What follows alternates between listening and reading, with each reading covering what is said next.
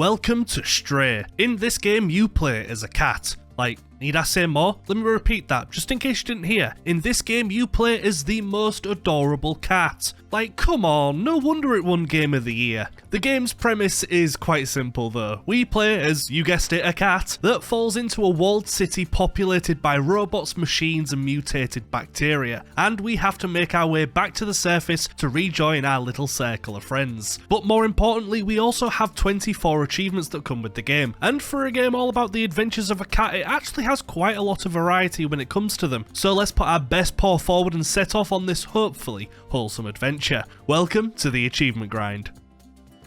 So firstly, I need to apologise quickly. I'm currently recovering from a rather nasty fight with COVID, and now I'm also full of cold as well, which is just grand. So apologies for no doubt sounding a little bit different than normal. However, COVID or not, there is no excuse not to cover this awesome cats game. And for those wondering, yes, I am a cat person. I adore cats and they're my favourite animals ever, so this should be fun. The game starts in the calming rain. We take immediate control of the most adorable little ginger tabby cat, and for the next couple of minutes our mission is to make friends. We play and we snuggle before we all have a wonderful group nap together. We awake to a beautiful butterfly, and with the rest of the gang up it is time to go cause some mischief. So we set off as a crew to explore the beautiful scenery around us. Here is where we also get used to the basics of the game, the movement, the scratching, the meowing and the basic acrobatics. And it's all going absolutely brilliantly with nothing that could possibly go wrong.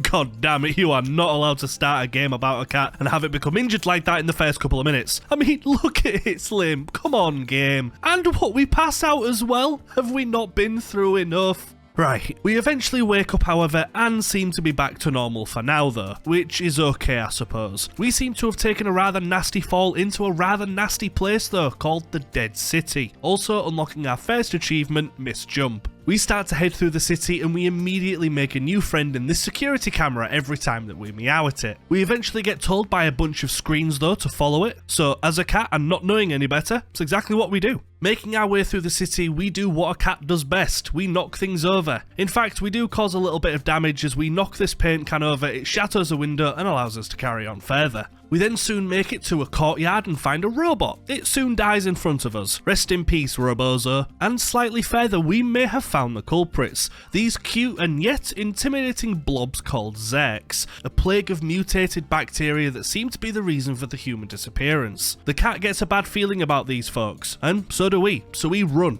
into our first chase scene of the game that has us avoid a small army of them. In fact, I don't do a good job at first, but once reloaded and ready for what's coming, we simply sprint faster, and it turns out in fact that these little chicken marangos are simply too slow for this cat. We jump through a window and to safety and carry on making our way to the person on the screens asking for help. And we eventually find their house. And by walking all over this keyboard, we trigger a secret door. Once inside, we get the power running, which opens yet another secret door. And when we jump onto the shelf and knock over a box, we find a little robot thing. We grab it, put it up onto the control panel in the last room, and something uploads into the bot before it falls over and powers up. This adorable little fellow is B12, and he is now working and free. Unfortunately, he has been trapped in the network for a long time, and has lost all of his memories as a result. So we set off on our adventure together, keen to help each other out. Also unlocking our next achievement, Not Alone.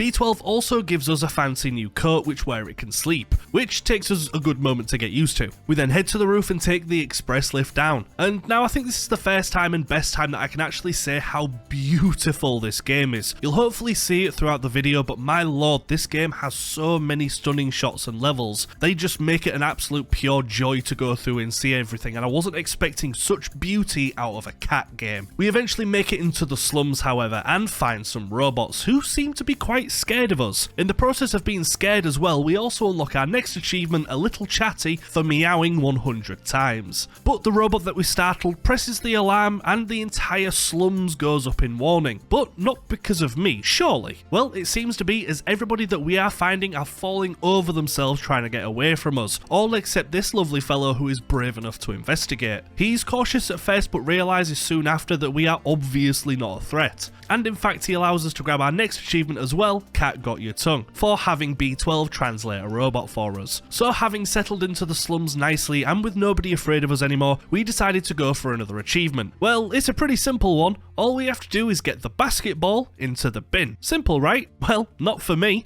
as after about half an hour of trying to get the bastard ball into the bastard bin, this happened. Right, nice and slow. Nice and slow.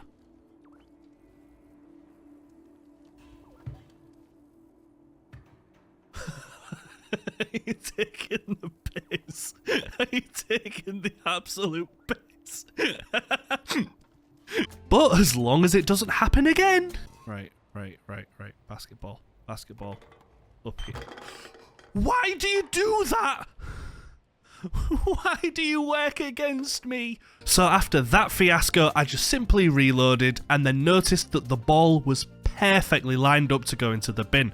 We nudge it, we score the goal, and unlock the stupid achievement Boom Chat Kalaka. Now, we do spend quite a bit of time in the slums, meeting robots and completing little quests, all pushing towards us leaving the area. But we did also get a couple of achievements here, so let's quickly go through those now. The first achievement in this area that we got was for simply clicking through all of the channels on this TV that I found on an old roof for Telecat. We then did the thing that cats do best and stuck our head into a random bag, and got it stuck for Curiosity Killed the Cat. After that we jumped a total of 500 times throughout the game and unlocked Catapult. And now scattered throughout the slums are 8 pieces of music that we need to collect. By finding all 8 pages and bringing them back to this musical chap, we unlock some lovely music as well as, more importantly, Meowlody. Now, back to the story. So here we need to find and talk to somebody called Momo, who is a member of the Outsiders, a group of companions dedicated to finding a way to the surface above the city. When we find him, he is upset at the lack of TV. He says that all of the other members of the Outsiders have left and he is the only one that remains. And he's a little bit depressy spaghetti about it. He did try contacting them though through a transceiver, but it doesn't work. So we need to get his other team's notebooks to give him a little bit of good morale to get him back on track. We find them, hand them back over to Momo, and in one of them is a note on how to repair the transceiver. Momo hops into action, and rightly so, to get it fixed. But now he needs us to set it on one of the highest points in the slums so that the signal works. One problem however, the tower in question is absolutely overrun by Zerks. However, deadly enemies won't stop us. And like he promised, it was indeed overrun by Zerks and puzzles. And even though the tower is covered in disgusting, rotting like flesh goo or something like that, it's actually kind of still beautiful aesthetically. And after a couple of puzzles, a couple of close chase sections and collectibles later, we make it successfully to the top. We add the transceiver, power it up, and then take the coolest bucket back down to Momo, even though the devs unfortunately decided to prematurely end the bucket transit. We head back to Momo, who is waiting for us at a bar with a computer as he has found a signal, and within seconds he makes contact with one of his old friends. He says they're safe and that they've found a way up to the surface, but we need to take the sewers to get to him. However, again, in the sewers, Zerks roam free. A patron at the bar then turns around and clarifies that the sewers are a mean place, but apparently this patron's dad is Doc, who was another member of the Outsiders. Now, Doc made a weapon to fight the Zerk and left to go and test it, but never came back, so Seamus is unfortunately a bit of a chicken now. Me and Momo then ambush him at home, and give him back his dad's journal. Inside the journal it says that he also has a secret room, and it takes us all of 3 seconds to find the switch for it, and the code for it. It opens and we enter. In this room we also find a broken tracker, and with new hope Seamus decides to fix the tracker and hope that it works. But since he is incapable, we need to find the robot that is capable, and we eventually find him in his own little apartment. His name is Elliot, just like me, and by gifting Elliot a very warm poncho, he decides to mend it for us free of charge, and we take it right back to Seamus. And with it now working and pinging, we head out to go and find this robot's papa. The signal takes us outside, of course, so Seamus gives us a badge so that the doc knows that we are indeed a friend. And yeah, outside the slums is indeed a horde of Zergs, so we put our best sprinting shoes on and outrun them. When our legs don't do a good enough job, however, we need to try different methods, namely this trolley. We fast and furious our way through the Zergs and unfortunately injure the bloody cat again. Like, I'm not a fan of this game. I don't like this. Stop. We soon get over it though, and we carry on. We find our way into Doc's home, find him asleep, and of course waking up to scare the WD-40 out of him before then finding his weapon in fighting the Zergs. This weapon is the Defluxer, and it needs exactly 1.21 gigawatts of power to work. Kind of reminds me of something. But since Doc isn't fast enough to change the fuse without being got, we might be, and we need to go get his gun back online. And getting there was absolutely no problem. The way back, however, is where the Zergs come. But with his weapon now fully working as intended, Doc gave us some well-needed cover until we eventually and safely made it back into his gaff. He thanks us and then combines the gun with B12 for easier use. And now it's time to get Doc home. Honestly, this doesn't take long. A couple of puzzles and a couple of close calls with some Zergs does it. We find the door back, open it, and Doc and Seamus are finally reunited again after many years. They hug, just like humans do. The slums thank us for our hard work in reuniting families and now says that access to the sewer is now open to us. When we head down there, Momo is already waiting for us to take us to the next little area. Now, at the start of the sewers, I knew that there was an achievement for not killing a single Zerg with our weapon, which is unfortunate, but worth it. Honestly, the sewer chapter as well is stunning and another great separation in tone from the game so far. However, there isn't really much I can talk about here. We make our way through bit by bit, avoiding Zergs, not killing them more importantly, and opening doors. The eye walls creeped me out a little bit as I hadn't a clue what they were doing, but honestly, even though this was a really fun chapter to play, there isn't really much to discuss here unfortunately. Not until we get to the end and make it into the centre of the Zerg base, as this bulbous eye here goes crazy, another Zerg horde attacks, and B12 decides to attack them back. But by doing so, he unfortunately blows himself up. So we grab him and sprint away. It's a fairly intense chase scene to be honest, but exactly the same of those that came before it, and when we make it through the final door, we unlock the achievement Pacifist for not killing anything, and B12 also comes back online, also saying that the weapon is now unfortunately permanently broken, I guess. With that, we're done with the sewers. We leave and find our next beautiful location, a gigantic tower filled with robots called Ant Village. Along the journey so far as well, B12 has also been slowly getting his memories back. It turns out that B12's consciousness is that of a human scientist that attempted to upload his consciousness into the city's network. The upload was partially successful, but the scientist's memories of who he was became corrupted as the process did not complete fully. With this new shocking info, B12 retires to his bag for a little bit of thinking. So we go to explore this beautiful new location. The first thing that we do is hop on this board of Mahjong, absolutely destroying it, gaining another achievement, Catastrophe. My bad, fellas. We also soon find the robot that Momo was talking to on the computer. He says to go and find someone called Clementine in a location called Midtown, so we need to climb to the top of the village to make our way there. And at this moment as well, B12 decides he's back in the fight, thankfully. We climb to the top and along the pipes to head there, but when we start in the next section, we appear to have found an old train in a subway station, but it is totally powered down, so maybe something to think about for the future of cat travel. But leaving the subway, we do indeed arrive at Midtown, also unlocking Catwalk for doing just that. And moments later, we get our next achievement for brushing up against the legs of 5 different robots for Cat's best friend. Now time to try and find Clementine. We eventually find her hiding out in the top flat in this little complex, and once again when we enter, we scare the hell out of the occupier. However, now that they know that we've been sent, they take us into another room and our subway suspicions are confirmed when Clementine says that she needs to find an atomic battery to get it running again. But to do so, we need to sneak into a nearby facility where there is one, but we also need to go and find a contact who can help us do just that. The robot in question is Blazer, and it doesn't take us long to find him at all. He says that he will help us, but he will need a worker jacket and a helmet to be able to sneak us in. And on the path to grab those, I realise something, that this little moggy we play as can also trip people up. This gave me hours of free entertainment. Do it again, please. Do it again.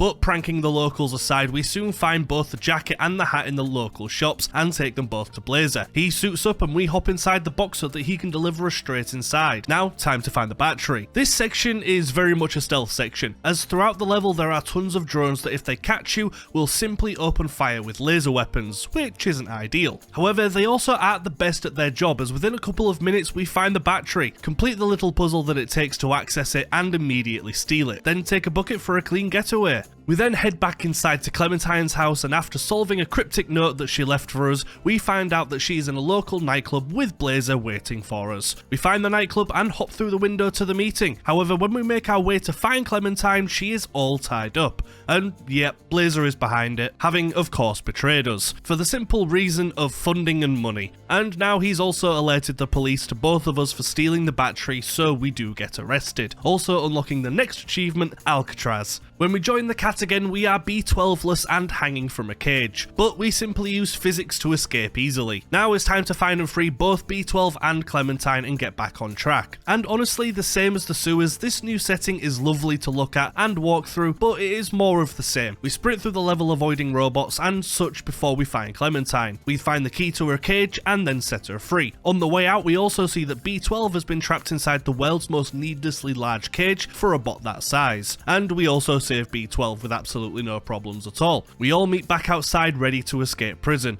We make it outside and find a little buggy with the keys surprisingly and plot conveniently left inside for us. So we open the main gate, and when that alerts all of the forces to our escape, we truly have to sprint now. And honestly, this part was so much fun, but we soon jump on the back of the buggy, and with that we are a free moggy. We drive through Midtown again, gunning straight to the station. However, Clementine leaves us behind, saying that somebody needs to distract the police while the other makes a break for the surface. Clementine then says that we are ourselves now an outsider, and as long as one of us makes it to the outside, then that's all that matters. She gives us a key to the subway train and rather sweetly says that we will always be in a ram, before taking off and leaving us to complete the mission alone. We power the subway station, put the key in the ignition, and begin the journey. We then arrive at a beautifully clean station, and when we reach the top we see a massive door that says that this is the way to the surface, but due to the plague in the city the door is sealed off. Now we just need to get that door open. We make our way to the main control room and then have to perform several little sequences and puzzles in order to get the facility back online, which again doesn't take long. However, to open the door we need to destroy some stuff. We use our best engineering knowledge to scratch the hell out of some wires, whilst B12 then hacks the servers to open the locks.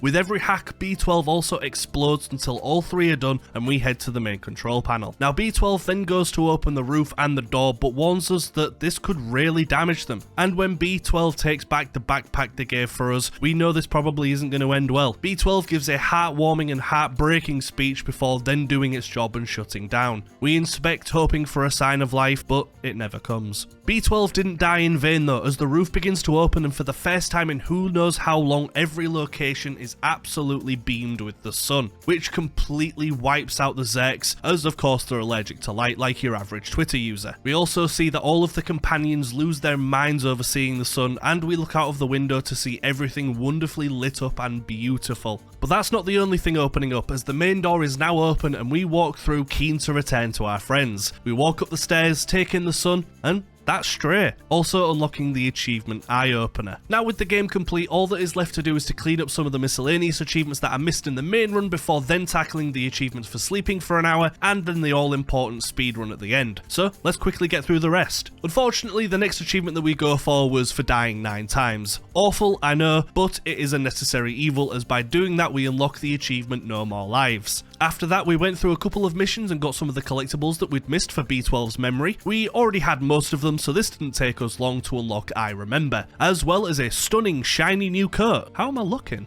I'm looking good. After that, we also collected all of the collectible badges that we'd missed throughout the game, unlocking the aptly named achievement Badges. Now for the next achievement, I was a little bit intimidated, as this is the achievement that my chat warned me about the most. In the initial chase with the Zerks, there is an achievement for getting to the window without a single Zerk hitting us. Now the reason why this is tricky is because it's more or less RNG on how the Zerks move and attack. You could hit the same part exactly the same on one time and it would hit you, and the other time it wouldn't. And some people in my chat also told me that it took them absolutely hours to do. So without a choice, we set off. And it was indeed painful. There were so many moments as well towards the end in which Zex just randomly RKO'd me out of nowhere, which really hurt, but of course we persevered. And with the best zigzagging movement we could muster, and about half an hour, we made it to the window, hopped through, and unlocked Can't Catch Me. The rest were easier. There was an achievement for scratching our claws in every chapter, and I'd only missed one, so we replayed the mission, sharpened our wonderful claws in it, and unlocked territory. Then before going through the stealing the battery section again and making it to Clementine's house without getting caught by any of the drones for Sneak Kitty. And the last achievement we needed was for simply reloading the nightclub part, finding a vinyl, and then scratching it, unlocking the brilliantly named Scratch. Now we only have 2 left. The next was for simply sleeping for an hour without getting up. We chose the beautiful ant village as our view whilst we did this and just chilled for a while. Eventually we waited long enough and productive day popped. Now apparently I have a knack for choosing games that have a speedrun element to them. It's kind of becoming a trend now actually. Either that or a lot more games have speedrun sections than I thought they did, but for this we need to play the entire game again from start to finish and complete it within 2 hours. Definitely seemed a little quick, but I also realised that without exploration and knowing what to do, it would actually be quite reasonable. So we restarted the game and got ready to run through as quickly as we could. Now honestly there isn't anything really to say here, as it's everything I've just said before but faster. It went surprisingly well though, as I didn't really train or redo any parts specifically for this, so relying on just my memory on how to do these sections seemed to serve me pretty well, which is actually quite surprising. But even more surprising is going through the gates at the final level and unlocking the last and final achievement that we needed. I am Speed. We have done it, and with that, Stray and all of its glory has been completed. The grind is over.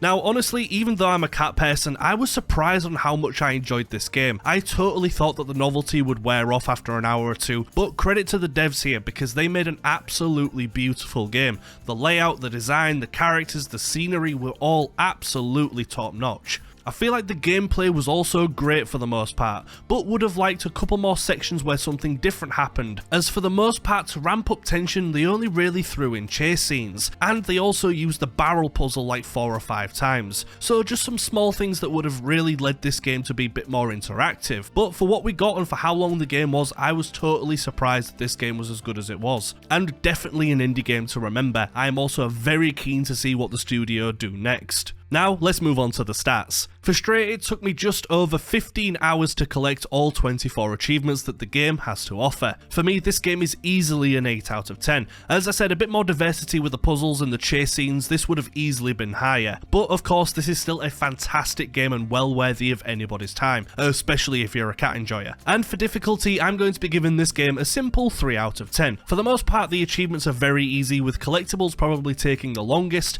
and even the speedrun wasn't that bad at all. However, for hardest achievement, I will be giving this to the Can't Catch Me for the hitless chase scene that could get quite tricky, which also knocks this game's achievement difficulty up by a point. But that is Stray, and my lord, playing this game has got me hungry. So hungry in fact that I have decided to open up my very own food truck. So make sure you come back next week, as on Sunday we will be going through all it takes to become a successful food truck owner. A good variety of foods for some pretty demanding customers. And this game was also made by the same folks that did the gas station simulator, so you know this is going to be fun. So make sure you subscribe so you don't miss Food Truck Simulator coming out on Sunday. And thank you all again. I have got some really exciting plans coming that I can hopefully be able to announce and talk about in the next couple of weeks, so I'm really excited for that. And don't forget to swing by my Twitch channel as well, where we go for the achievement grinds live. It would be lovely to have you as always. However, for now, thank you all again so much for watching. Take care of yourselves. Bye bye for now.